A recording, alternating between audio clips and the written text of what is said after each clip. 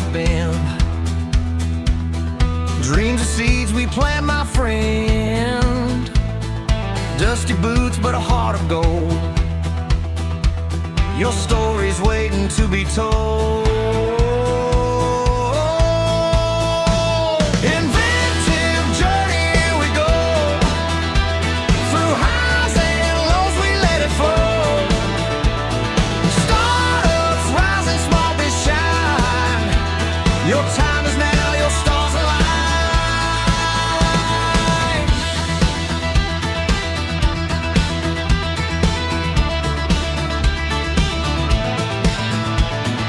Cowbell ring and feel the beat.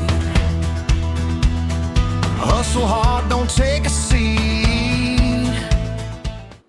Hey everyone, this is Devin Miller here with another episode of the Inventive Journey. I'm your host, Devin Miller, the serial entrepreneur that's grown several startups into 7- and 8-figure businesses, as well as the founder and CEO of Miller IP Law, where he helps startups and small businesses with their patents and trademarks. If you ever need help with yours, just go to strategymeeting.com, grab some time with us to chat, and we're always here to help. Now today we've got another great guest on the podcast, Annie Davis. And Annie started her journey graduating from high school in Reno, Nevada. Her whole family was pretty heavy into education, so she decided to go the opposite path and worked right out of high school. Moved to Utah on a whim and worked for IKEA and then afterwards a few hospitals. And then went to work from home as a project manager for a website development business and worked her way up to CEO of that company. But afterwards left after a period of time and decided to start her own thing, doing website development, sold that, and then decided to buy it back, and that's what she's continues to do today. So with that much as the introduction, welcome on the podcast, Annie. Thank you. Thank you so much for having me. Absolutely excited to have you here. So I just gave a quick overview to a much longer journey. So why don't we rewind and unpack that a bit and tell us a bit more about how your journey got started going to high school in Reno, Nevada. Yeah. Reno's an interesting place, very different than Utah. So nothing against it, obviously, but I had been there. My parents moved around a lot when I was little. So we landed in Reno when I was in like second grade or so. And went through all my schooling years there, graduated high school in 2010. So like 15 years ago now, which is crazy. And right after high school, I had worked a couple jobs and I loved working. I really didn't love school very much, but like you mentioned, my parents both got their PhDs. My whole family's really into academics. And so naturally I decided I wasn't, being 18 and very confident. And I was like, well, I'm going to do anything else except that. So on a sort of a whim, I decided to move out of Reno and see what else was out there. I'd kind of been itching to see new places anyway. So had to kind of pick between, we literally looked at a map, picked between California and Utah. And I had heard California was more expensive. So I just said, let's do Utah. So moved, packed up my cats, packed up my 95 Corolla, drove all the way out here like a week later. Didn't have much tying me there. And yeah, just kind of started working. I love working. So working a bunch of odd jobs, like you mentioned, IKEA, which was really fun and different. Worked for a couple hospitals, ran a bunch of group homes for adults with disabilities. So that was kind of my first career for a few years here. And then, yeah, I saw an ad for work from home, project manager. And I think all I saw was work from home. And I was like, done, applied. Like that sounds insane to me. Blew my mind at the time. And so now, just one quick question just before we get into that, and we'll definitely dive in. So I mean, you said, hey, moved out to Utah on a whim between Utah and California. I'm in Utah, so I'm a proponent of Utah, but I can get the draw of both of those areas. But so you came out to Utah. Was there a plan in place as to what you were going to do, or is more of just, hey, I'll show up and we'll see what job I can find and we'll figure it out as we go along? Or how did you kind of, as you moved out on a whim, kind of support yourself, or or be able to sustain, have a roof over your head and food on the table? All great questions, none of which I was really concerned about. I think I was 19 when I moved here, and I just was like, I got this. And I think my parents asked me the same questions, like, well, what's your plan? And I was like, I'll figure it out. I don't know. Worst case, I'll drive back. So I had saved enough from working. Funny enough, I worked at McDonald and Burger King at the same time, which was humbling.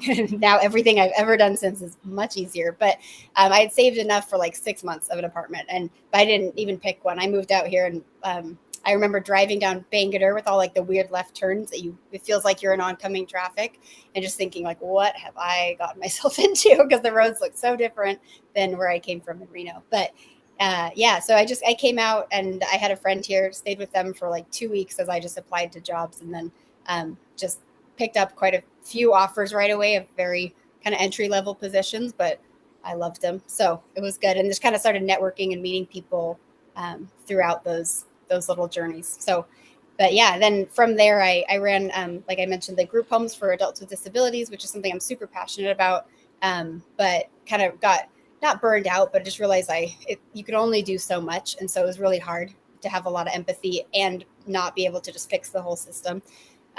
So I kind of kept that back as my hobby, and I still provide to this day like free care services for families with kids with severe autism.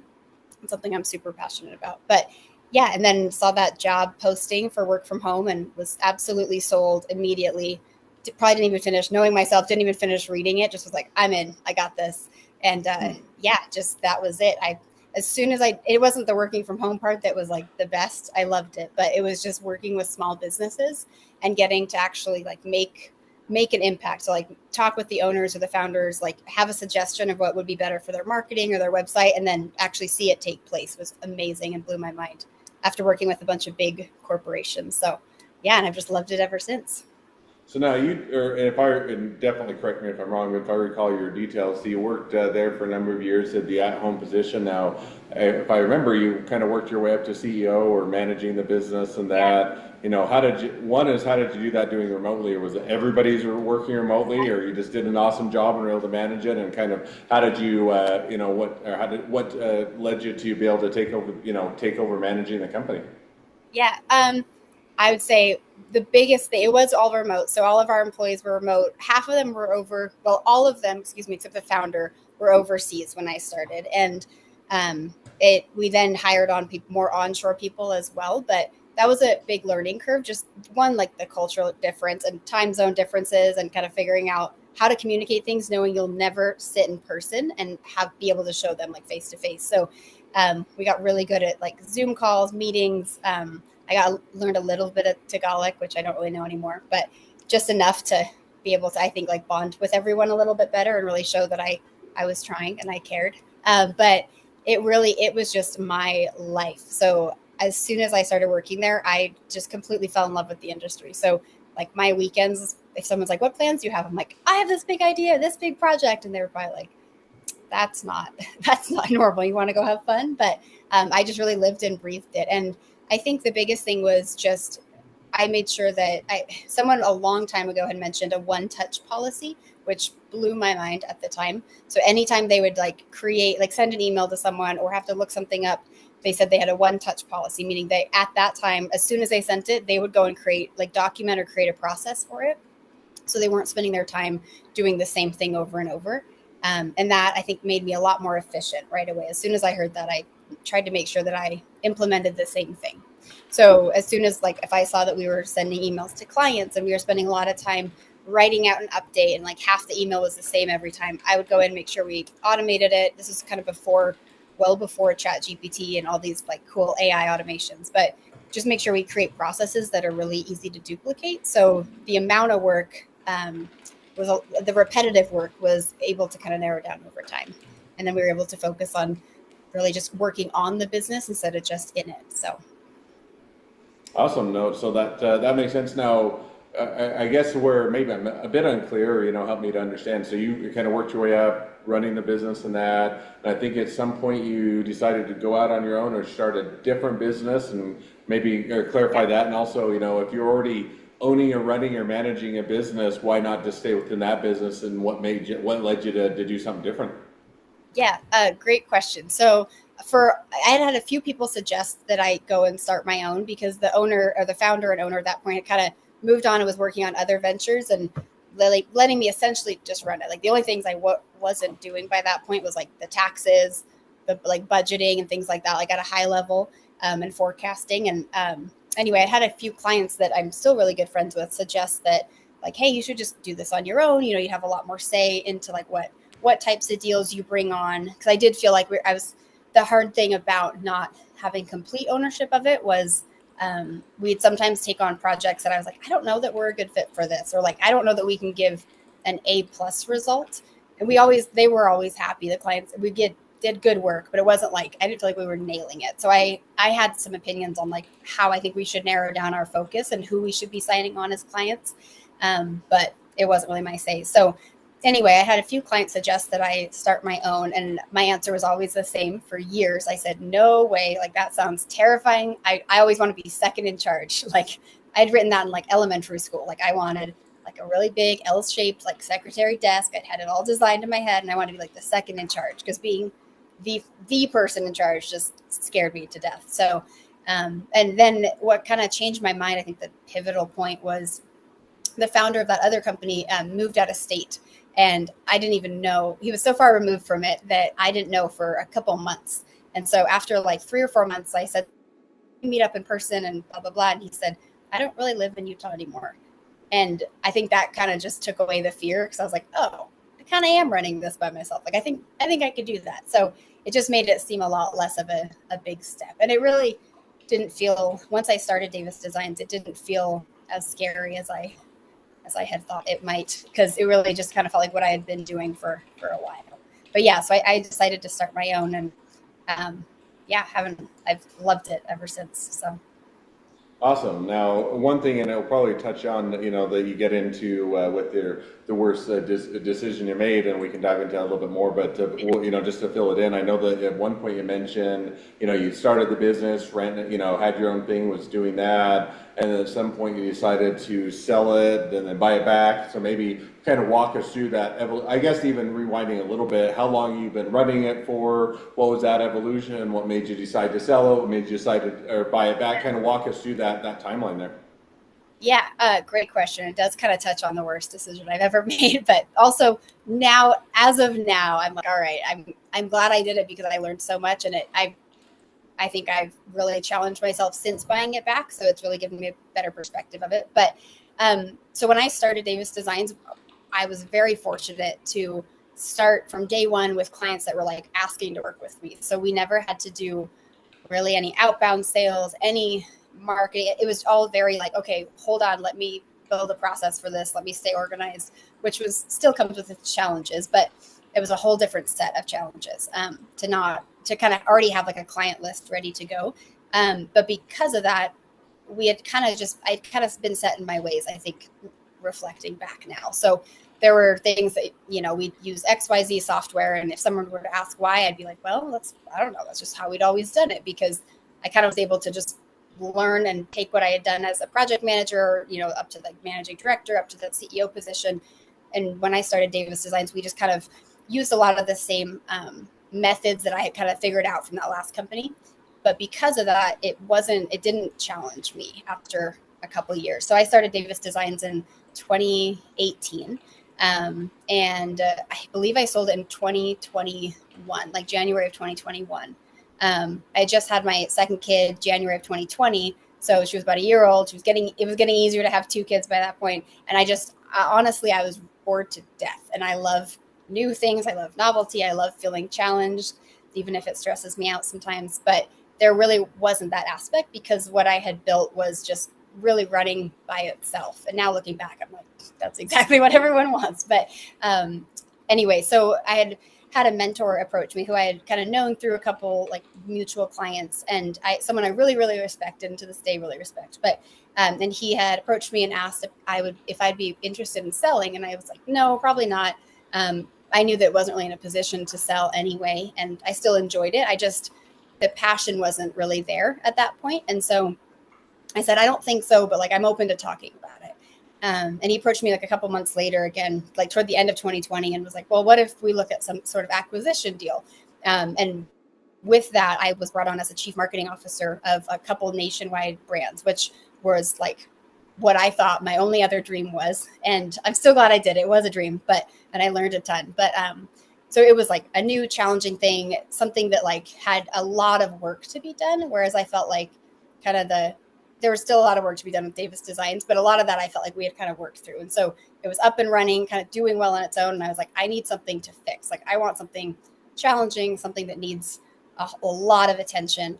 So he and I worked out a deal, and he ended up acquiring Davis Designs as part of this holding company that owns a couple other brands. And so then bringing me on as chief marketing officer, I worked for them for like a year and a half and helped grow some of their franchise locations. Like we doubled in size across the US, and it was everything I'd wanted. Very challenging, very new in a different sense. Like it was a whole different world, franchising and franchise development than small businesses. And I learned so much. I learned probably more in that 18 months than I did in, I'd say, like the 5 years before that, because it was just every day was something I'd have to like troubleshoot, work through, learn. It was really humbling and really good. So, but after a year and a half, I was like, all right, I really miss what I was doing with small businesses and just having the face-to-face with our clients and, just going back to that. So it actually worked out really well. They ended up kind of going a different direction. And so I was able to just buy Davis Designs back essentially. And not necessarily pick up where we left off, but it gave us also a break to kind of to take a pause and like change our strategy instead of just doing the same thing we always did. So.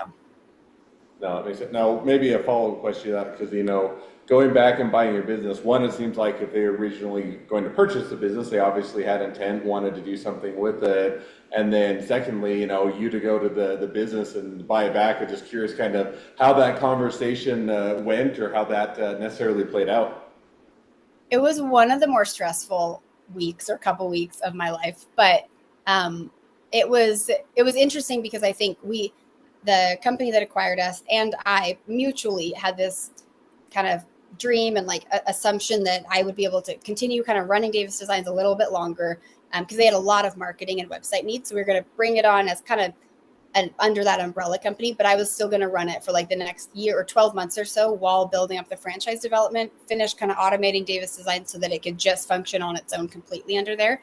And what I think luckily mutually realized, it was all amicable, but what we kind of realized was I hadn't built it. Now looking back, I'm like, of course, but we didn't really fully realize this at the time, but I had built it so much on these personal relationships and like the fact that I know my clients, they know me, like we have cell numbers, I have their birthdays usually in my calendar. Like it's much, much more than just a normal client website company relationship.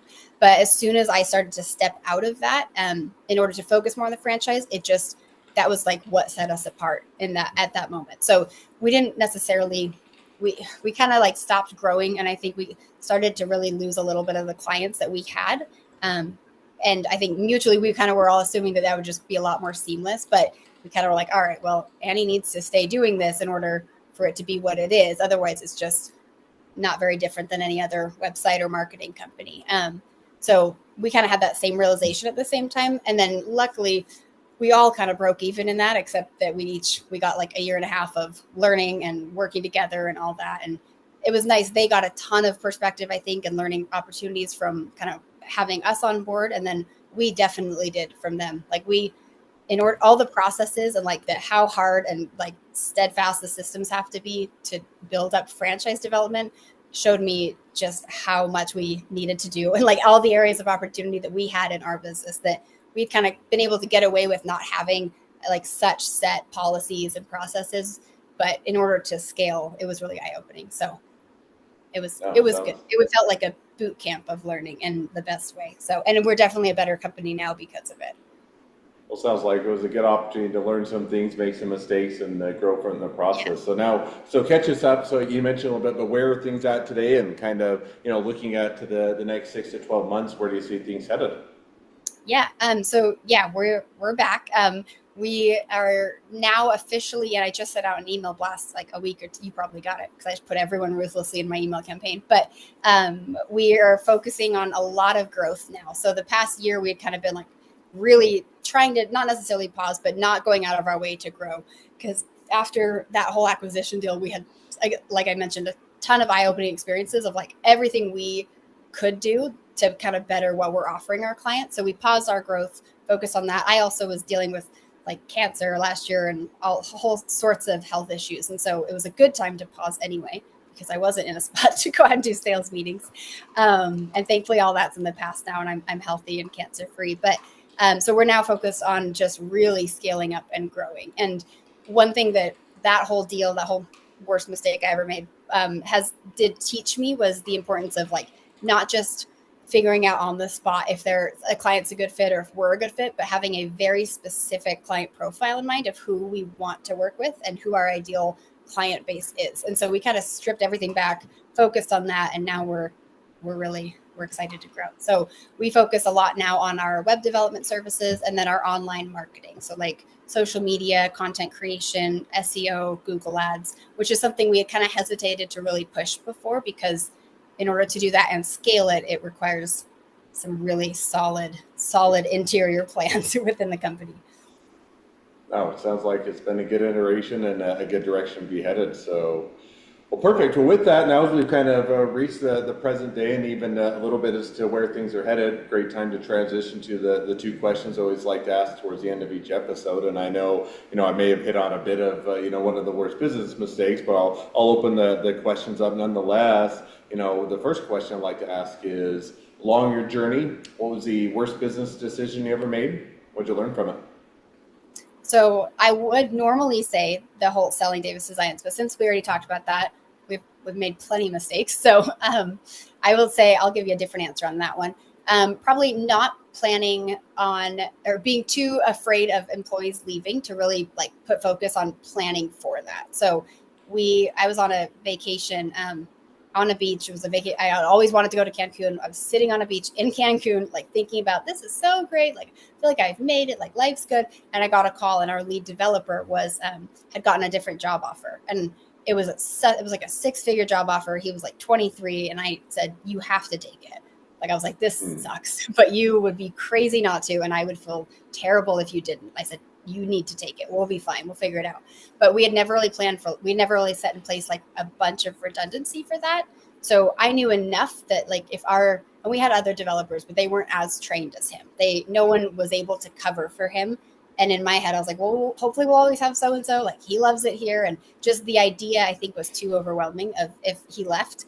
And so I hadn't really fully planned on, proactively planned for that. And thankfully, we are still in touch. He's phenomenal. He's now like a very, very well-off software developer, and I'm so proud of him. But he actually, as he left, gave us like 6 weeks notice and helped bring on a new employee to replace him and train him. And we learned and we documented everything.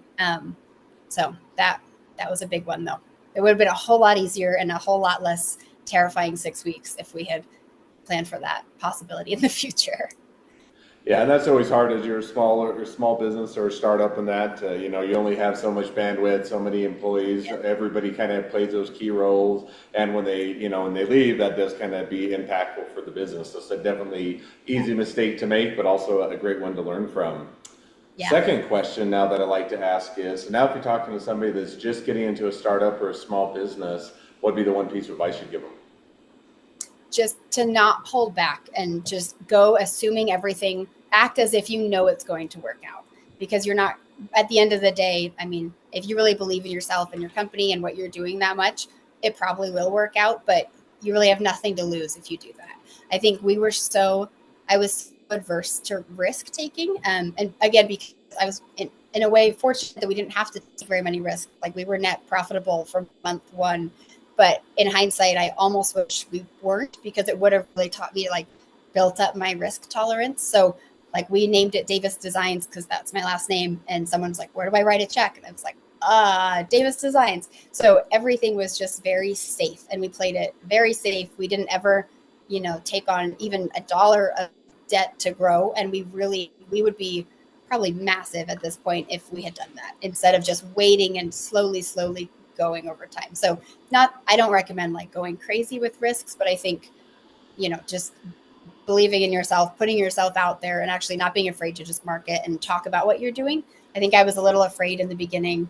I was in my early 20s and not super confident with saying what my plan was and all that. And I think I was really afraid to say, we're going to do this, and then have to be like, oh, we didn't. So, but that's something I talked about our clients all the time. I'm like, you need to be telling 5 people a day what you do, and you just need to go all in. No, I think that's definitely a great rule of thumb and a great takeaway. So, Well, now as we do wrap up towards the end of the episode, if people want to reach out to you, they want to be a customer, they want to be a client, they want to be an employee, they want to be an investor, they want to be your next best friend, any or all of the above, what's the best way to reach out to you, contact you, find out more? Yeah. So daviscreate.com, no S, again, with taking risks. Should have just bought the bigger domain, but that's okay. We're stuck with this one. So daviscreate.com is our website. And you can email me at annie@daviscreate.com. Or reach us, through the site, send a message, anything like that. I mean, you can also follow us on Facebook, Instagram, TikTok, all of that. Awesome. Well, I definitely encourage people to reach out, support a great business, expand their network, and if nothing else, make a new best friend. So with that, thank you again for coming on the podcast. It's been fun. It's been a pleasure. Now, for all of you other listeners who are out there, if you have your own journey to share and you'd like to be a guest on the podcast, we'd love to have you. So just go to inventiveunicorn.com, apply to be on the show. A couple more things as listeners, make sure to click share, subscribe, leave us a review. Helps us to reach even more startups and small businesses to help them along their journey to success. Along that note, if along your journey you ever need help with patents or trademarks or anything else with your startup, your small business, just go to strategymeeting.com, grab some time with us to chat, and we're always here to help. Well, thank you again for coming on the podcast, and wish the next leg of your journey even better than the last. Yeah. Thank you so much for having me. It's been a pleasure.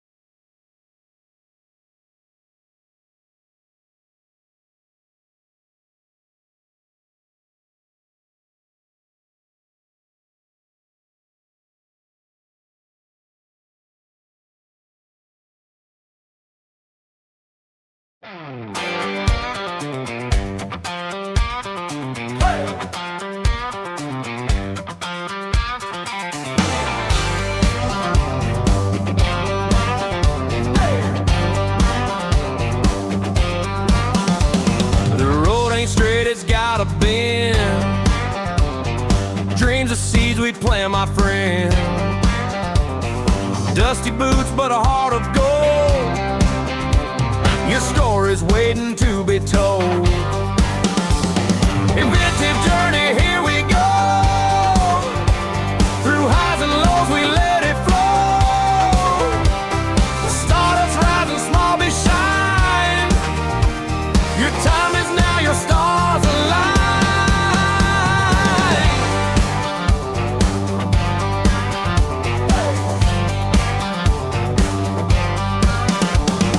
Cowbell ring and feel the beat. Hustle hard, don't take a seat. Every step you're blazing trail. Inventive journey never fails.